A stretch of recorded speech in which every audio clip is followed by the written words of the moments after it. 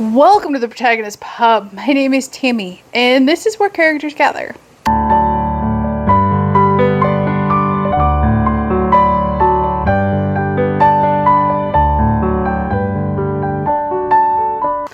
It is Sunday, and I'm going to film my weekly wrap-up today so that I can edit it tonight and work on filming the 12 Days of Christmas videos tomorrow. I've gotten a start.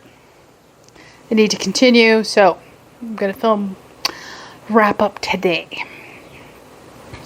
I apologize I didn't get a video out last week, but I really didn't read anything the week before. It was not a slumpy week, but not a productive week by any stretch of the imagination. Okay, DNF time. So when I did my first December Pile of Possibilities video, and I went over my library haul, I did mention The Fellowship of Puzzle Makers by Samuel Burr. I did DNF it at that point. It was 175 pages in, and I was bored. And to be honest, I haven't thought about the book since that video was filmed, which tells me that the DNF was the right thing. It is not a poorly written book. It is just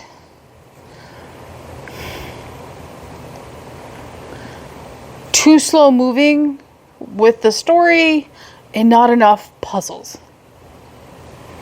If you're going to make a book and title it The Fellowship of Puzzle Makers and try to dual timeline it and then not have a lot of puzzles in it, there could have been a better title to the book. So I have DNF'd it. I will return it to the library this week, and that's okay. I have also DNF'd The Keeper of Lost Causes by Jesse Adler Olson, and I said it was written by a female. It is actually written by a man. I read probably 75 pages of this, and I was bored, and I didn't like the protagonist, and nothing had happened yet, really.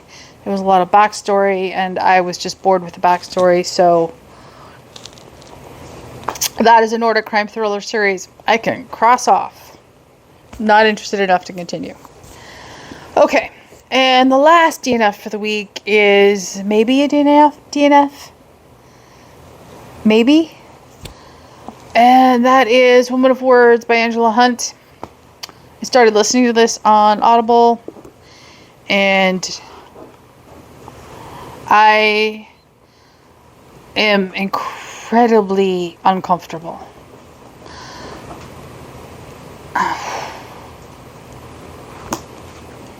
I don't know how else to describe it. I have read lots of biblical fiction, and it has never bothered me before. This one is definitely bothering me.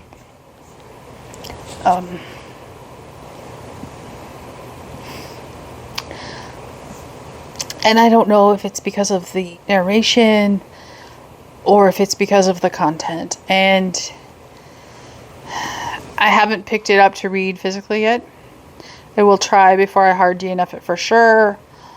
But the depiction of Matthew is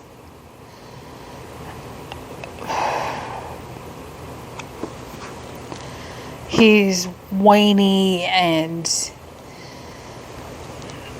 just immature, and the entire situation, everything I've listened to so far has made Matthew out to be not just whiny and immature, but jealous and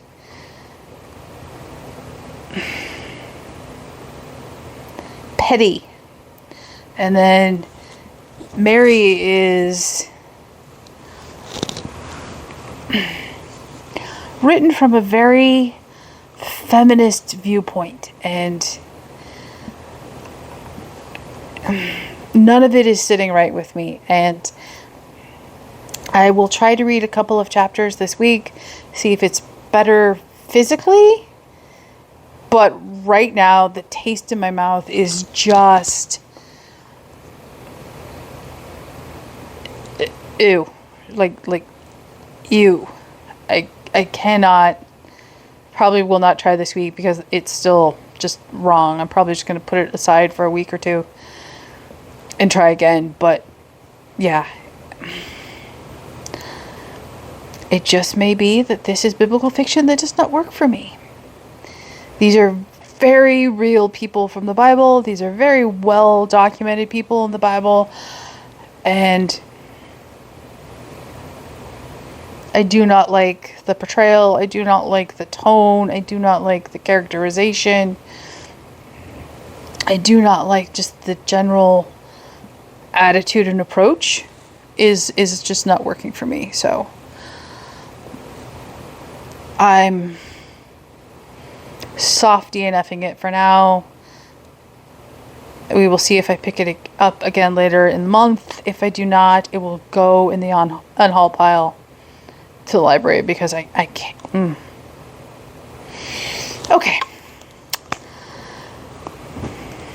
So, what have I read? Well, I have 4 completed books next to me. I completed an audiobook. Okay, so physical books. I finished Counterfeit Hope by Crystal Cradell. This is the second book in the Hidden Hearts of the Gilded Age. This one is set in Indiana, and it takes place in 1884. I will tell you that while I thoroughly enjoyed this book, I did downgrade it when I rated it on Storyograph,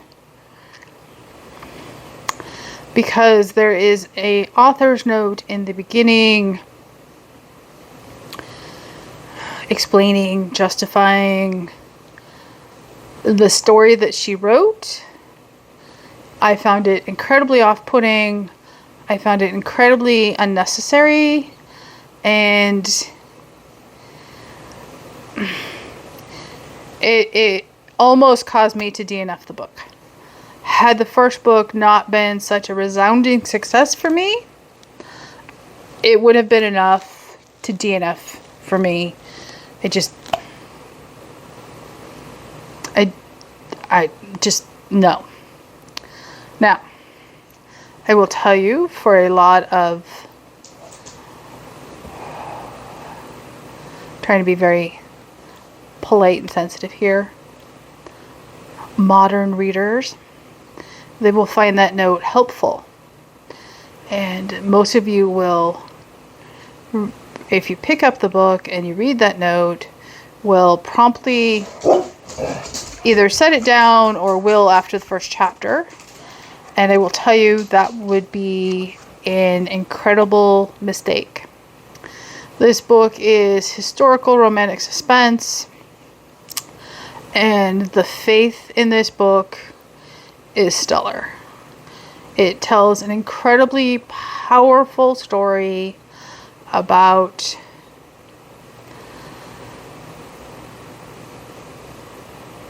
finding yourself worthy and understanding that no matter the sins of your past, God loves you, and that doesn't change because you are, a fallen woman, or you have committed a crime, or because of circumstances you've made less than honorable choices in life.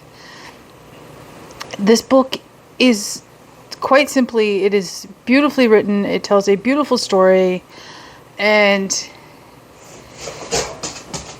despite its quote-unquote trigger warnings in the beginning, this is a powerful story about two people,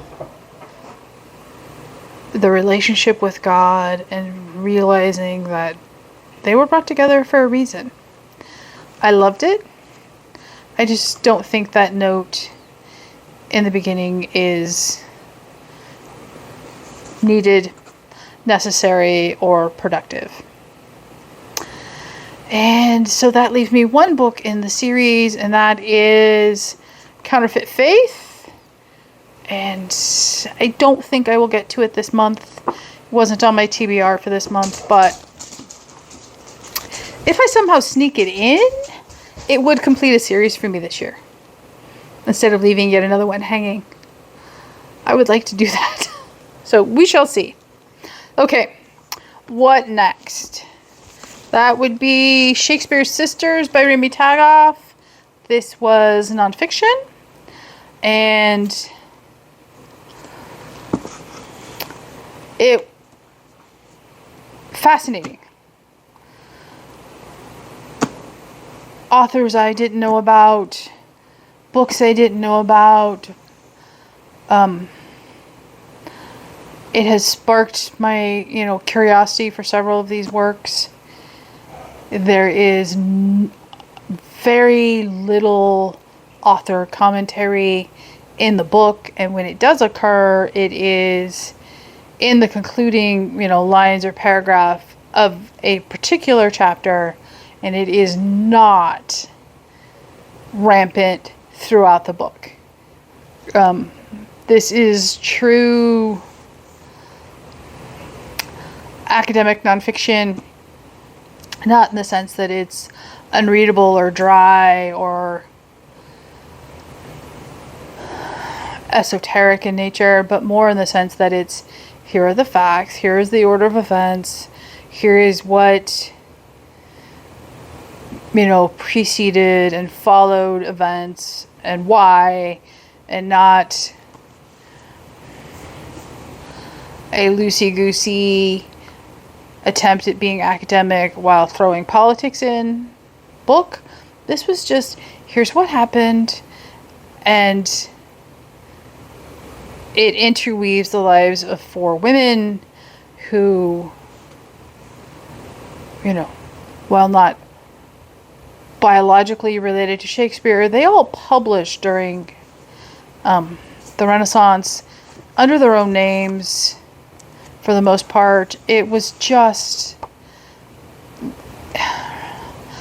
glorious. I, went into it incredibly hesitant, and I am pleased to say that the hesitation was unwarranted. Okay, next up, I finished a library book.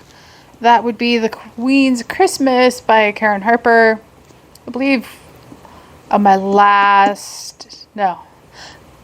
my December Pile of Possibilities Part 1. I said this was the middle of Elizabeth's reign. It's not. It's the 6th year of her reign. And this is the 6th book in the series. I have read them out of order, but that's okay. There's some hints of the previous books, but not having read the previous ones was no impediment to enjoying this one. This one is set at Christmas, as you can tell from the cover, and I thoroughly enjoyed this one. As you know, I love Karen Harper as an author, and this is set in, obviously Tudor England. Elizabeth is queen. She is the protagonist in this book. You meet well-known members of her inner circle, and, some that are obviously fictional, but that is okay. This was just a delightfully well-written, cozy, absolutely fictional in nature, but still just fantastic. It was atmospheric. It was Christmas. It,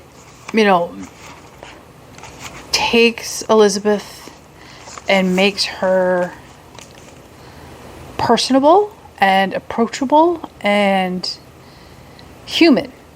She's not that distant portraiture of a human being that we, read about in history books and, see in movies. And in this one, she's just very much a young woman struggling to rule a country and navigate political waters that are deep and treacherous, and she does it beautifully. And I'm going to read the rest in this series. I should have known that I would love this one. There's no excuse for me not having completed this entire series by now. So, that'll happen sooner rather than later, I imagine. Okay. Next up was something that was on my December TBR. It's already completed. I completed it yesterday. That is The Darkness by Ragnar Jonasson. This is actually the first book in the Hulda Hermansdotter series. And I discovered yesterday when I completed this that they are all available on Kindle Unlimited. This is Nordic police procedural thriller. It was fantastic. The chapters are short and punchy and on point. And for a book that is less than 325 pages, the depth of character in this book is phenomenal. Backstory and scene setting and interweaving two stories, and by the end of the book, oh my, that is a third story, and where did that come from? It was fantastic. It was absolutely fantastic. So much so that I immediately went and downloaded the second book in the series onto my Kindle because, well, it was so good. It was just so good. Iceland as a setting for crime thrillers is fantastic, and once again plays an environmental character that is just fantastic. I don't know a better way to put it. Just fantastic. Okay, those are all the physical reads. I did listen to the 12 Slaves of Christmas by Jacqueline Frost. This is the first in the series name right here. This was an Audible Plus listen, and I enjoyed it. Can I tell you precisely what happened in this cozy mystery? No, because I listened to it while I was doing other things. However, I do know that I enjoy the characters. I enjoy the tightly woven plot. I did not guess the bad guy. I was surprised by the bad guy, which is a great thing. So I'm looking forward to the second book. There was surprising character depth here. We have a main character who is a jilted bride, and she moves back home with mom and dad, and her parents run a Christmas tree farm, and someone dies on the property and her parents are suspected, and she's asking questions, and it was just a fantastic read. So I'm looking forward to the second one. It's definitely put me in the mood for Christmas. I did listen to it while I decorated, so I will share a couple of the Christmas tree and stuff. I'm having trouble getting our angel to stay on top of the Christmas tree, so she is not currently sitting up there. And I will tell you that today is Sunday, the first day of Advent, and can I find my Advent candles? I cannot. So, needless to say, I have just ordered a new set of Advent candles, and they will be here later this week. It is unsettling to have you can sort of see it in the background there, my Advent wreath out and no Advent candles. Yeah. So, okay. I'm going to go pick up all the books I DNF this week and insert it at the beginning of this video. So, that is everything I read in the last 2 weeks. I am currently reading the book that I'm vlogging for Friday of this week. I am working on Advent by James Treadwell. Haven't made up my mind about that one yet either. So we shall see. And I did start Rescued by the Hero by Mandy Blake. And I did start Christmas with a Crank by Courtney Walsh. I've read, I don't know, 15% of the Mandy Blake book, and I'm on the fence about continuing. It's all just too fast.